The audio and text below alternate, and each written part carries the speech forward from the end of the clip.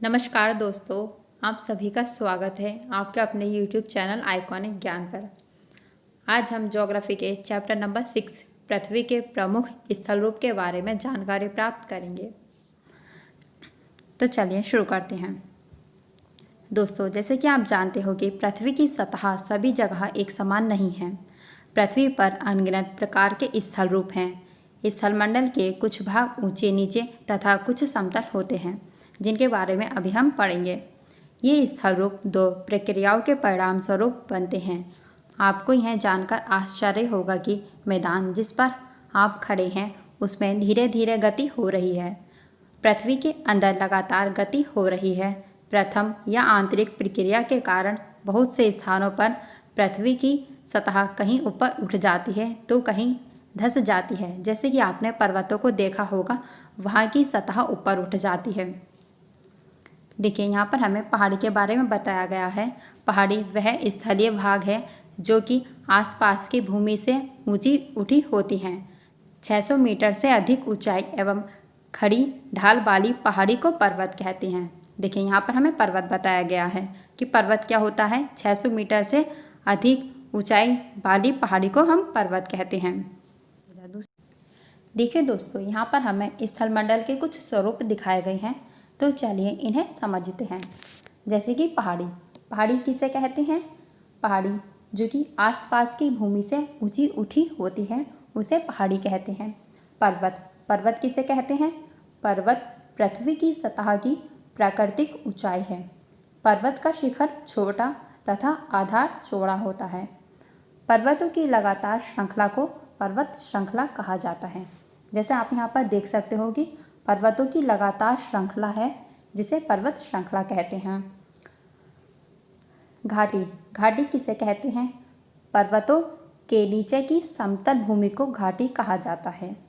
पठार, पठार उठी हुई एवं सपाट भूमि होती है।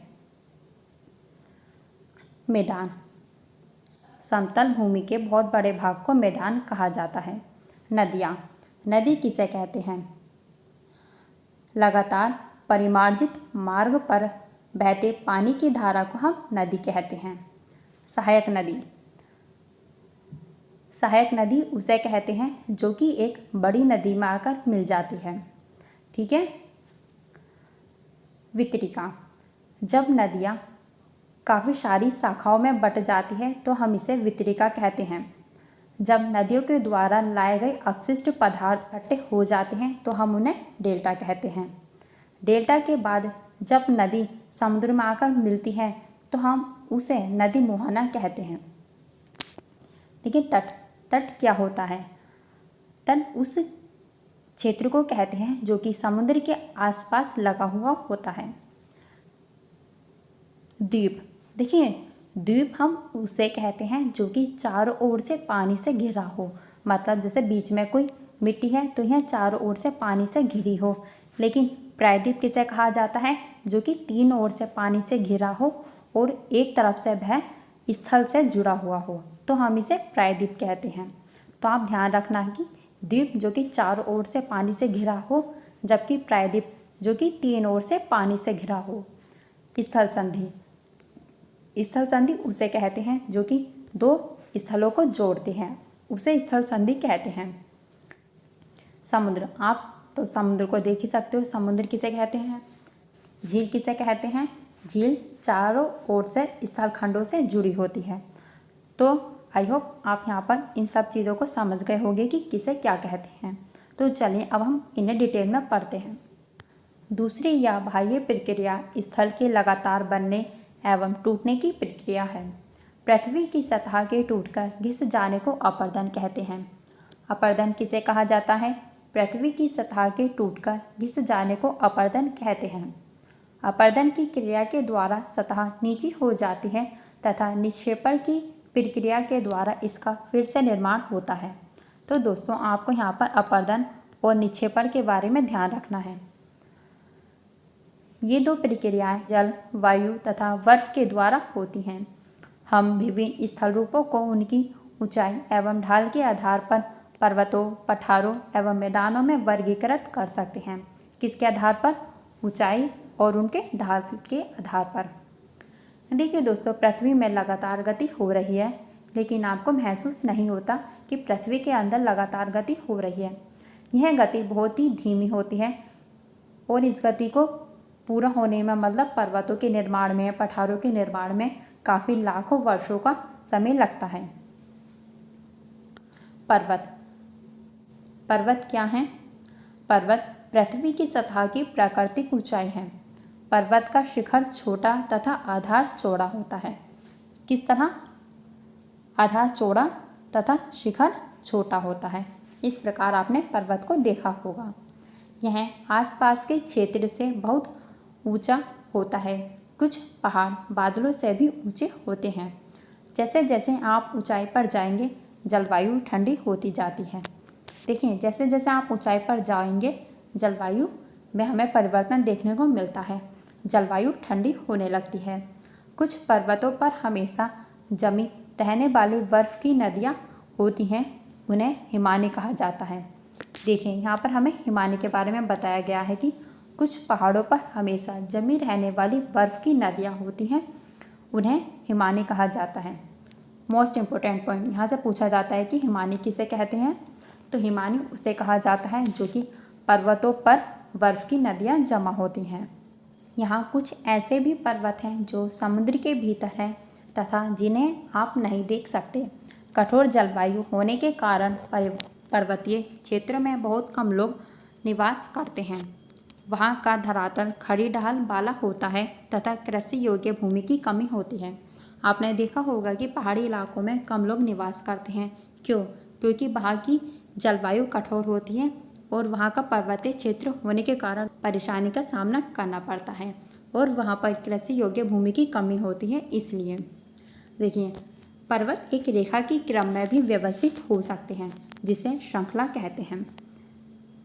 तो पर्वत श्रृंखला, जैसा हमने आपको बताया, जब पर्वत एक ही रेखा के क्रम में व्यवस्थित हो तो उसे पर्वत श्रृंखला कहा जाता है। देखिए, आपको यहाँ पर पर्वत का फोटो दिखाया गया है और आप यहाँ पर वलित पर्वत को देख सकते हो। अच्छा, वलित पर्वत का एग्जाम्पल क्या है? हिमालय। हिमालय एक वलित पर्वत है।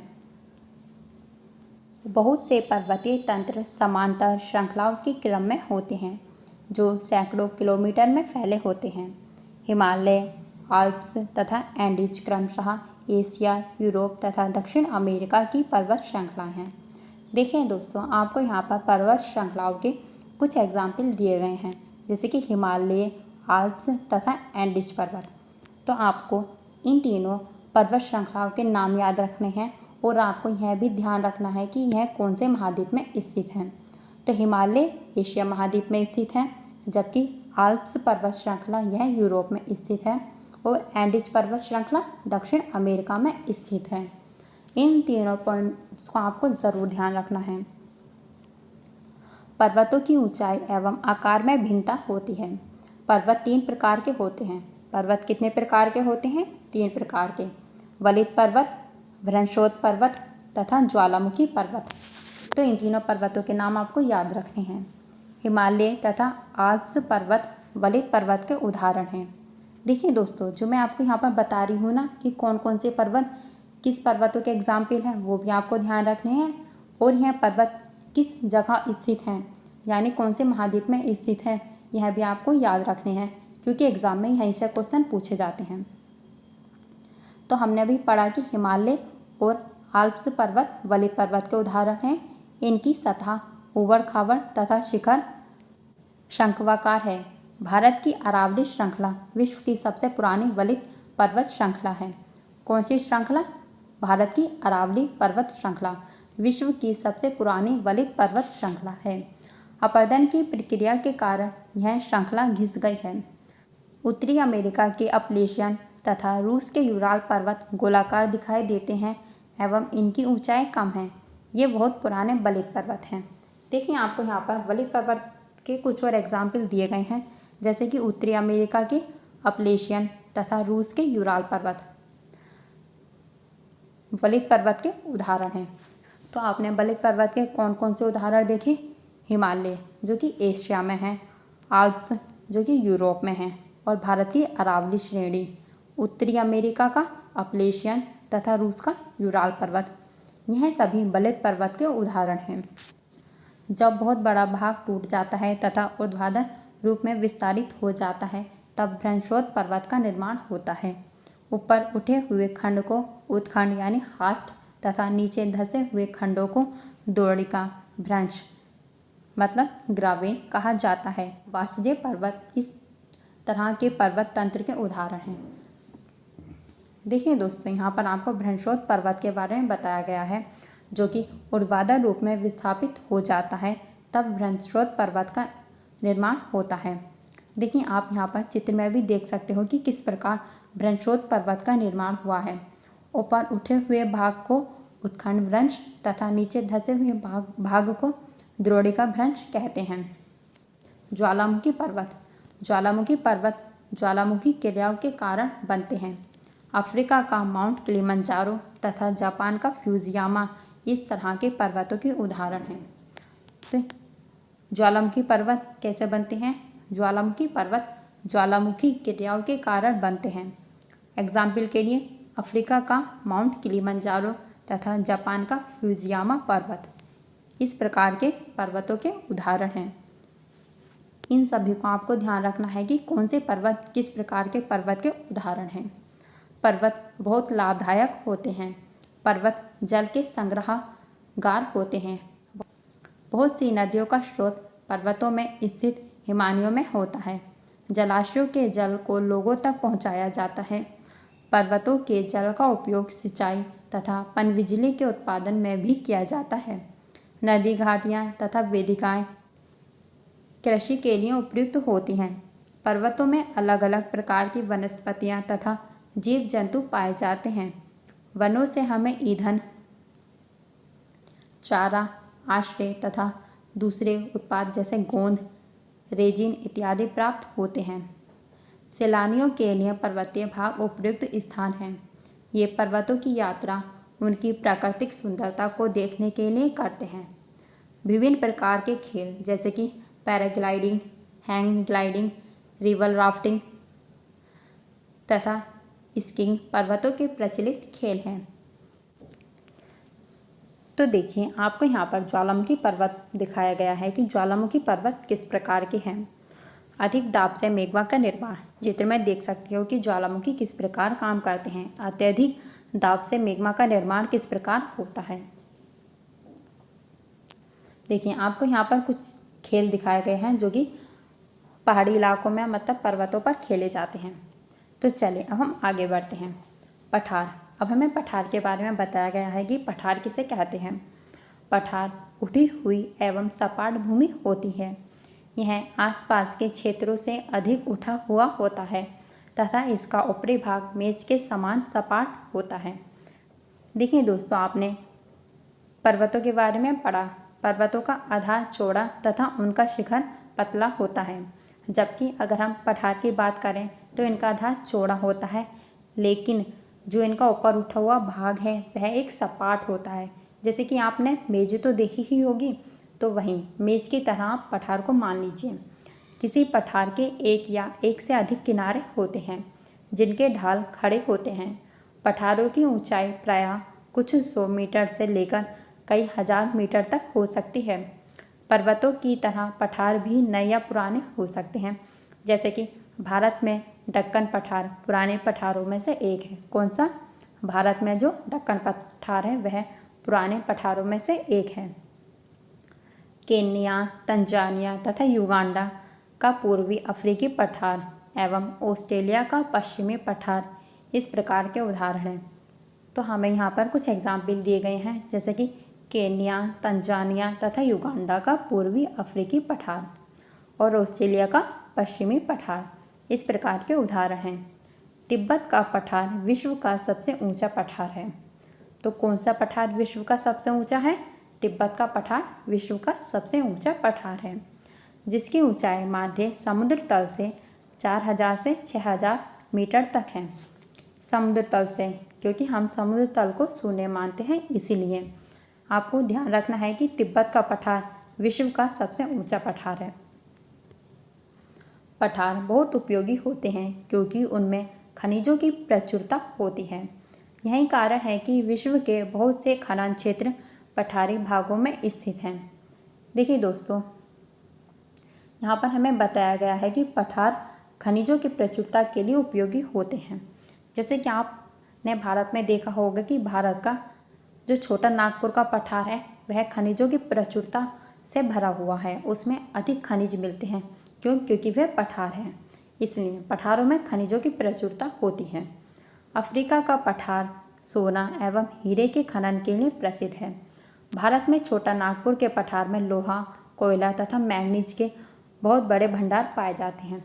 तो आप यहाँ पर एग्जाम्पल में देख सकते हो कि अफ्रीका का पठार सोना एवं हीरे के खनन के लिए प्रसिद्ध है तथा भारत में स्थित छोटा नागपुर का पठार लोहा, कोयला तथा मैंगनीज के लिए प्रसिद्ध है। देखिए, आपको यहाँ पर पठार का चित्र दिखाया गया है कि पठार किस प्रकार होते हैं देखने में। पठारी क्षेत्रों में बहुत से जलप्रपात हो सकते हैं क्योंकि यहाँ नदियाँ ऊंचाई से गिरती हैं। भारत में छोटा नागपुर पठार पर स्वर्णरेखा नदी पर स्थित हुंड्रू जलप्रपात तथा कर्नाटक में जोग जलप्रपात इस प्रकार के प्रपातों के उदाहरण हैं। तो कौन कौन से प्रपात? जलप्रपात मतलब झरने। तो आपको ध्यान रखना है कि जलप्रपात किसे कहते हैं? झरने को। तो आपको यहाँ पर एग्जाम्पल के लिए बताया गया है कि स्वर्णरेखा नदी पर हुंड्रू जलप्रपात, इनके नाम आपको याद रखने हैं, तथा कर्नाटक में स्थित जोग जलप्रपात। देखिए दोस्तों, लावा पठार। लावा पठार में काली मिट्टी की प्रचुरता होती है क्योंकि लावा पठार का निर्माण ज्वालामुखी से होता है और जो लावा पठार है वह काली मिट्टी के लिए प्रसिद्ध है, जो उपजाऊ है एवं खेती के लिए काफ़ी अच्छी होती है। कई पठारों में रमणीय स्थल होते हैं जो कि पर्यटकों को आकर्षित करते हैं। तो आपको यहाँ पर इन सभी पॉइंट्स को ध्यान रखना है। मैदान। मैदान किसे कहा जाता है? मैदान समतल भूमि के बहुत बड़े भाग होते हैं। वे सामान्यतः माध्य समुद्री तल से 200 मीटर से अधिक ऊंचे नहीं होते। कुछ मैदान काफ़ी समतल होते हैं, कुछ उर्मिल तथा तरंगित हो सकते हैं। अधिकांश मैदान नदियों तथा उनकी सहायक नदियों के द्वारा बने होते हैं। नदियाँ पर्वतों के ढालों पर नीचे की ओर बहती हैं तथा उन्हें अपर्दित कर देती हैं। वे अपर्दित पदार्थों को अपने साथ आगे की ओर ले जाती हैं। अपने साथ ढोए जाने वाले पदार्थों जैसे कि पत्थर, बालू तथा सिल्ट को वे घाटियों में निक्षेपित कर देती हैं। इन्हीं निक्षेपों से मैदानों का निर्माण होता है। तो आपको यहाँ पर मैदान के निर्माण की प्रक्रिया बताई गई है कि मैदान का निर्माण किस प्रकार होता है। मैदान का निर्माण नदियों के द्वारा लाए गए अपशिष्ट पदार्थों के द्वारा होता है, जैसे कि बालू, पत्थर तथा सिल्ट को वे जो घाटियाँ होती हैं वहाँ पर उन्हें निक्षेपित कर देती हैं। इसका मतलब उस एरिया में उन्हें भर देती हैं, जिससे कि मैदान का निर्माण होता है। एग्जाम्पल के लिए उत्तर भारत का मैदान। सामान्यतः मैदान बहुत अधिक उपजाऊ होते हैं। यहाँ परिवहन के साधनों का निर्माण करना आसान होता है, इसलिए मैदान विश्व के सबसे अधिक जनसंख्या वाले भाग होते हैं। नदियों के द्वारा बनाए गए कुछ बड़े मैदान एशिया तथा उत्तरी अमेरिका में पाए जाते हैं। एशिया में स्थित भारत में गंगा एवं ब्रह्मपुत्र नदी का मैदान तथा चीन में यांगत्से नदी का मैदान इसके प्रमुख उदाहरण हैं।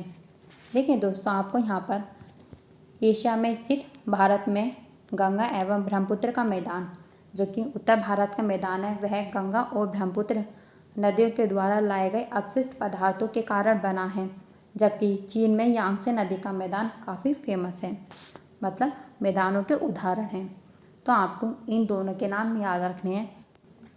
मैदान मनुष्य के रहने के लिए सबसे उपयोगी क्षेत्र होते हैं।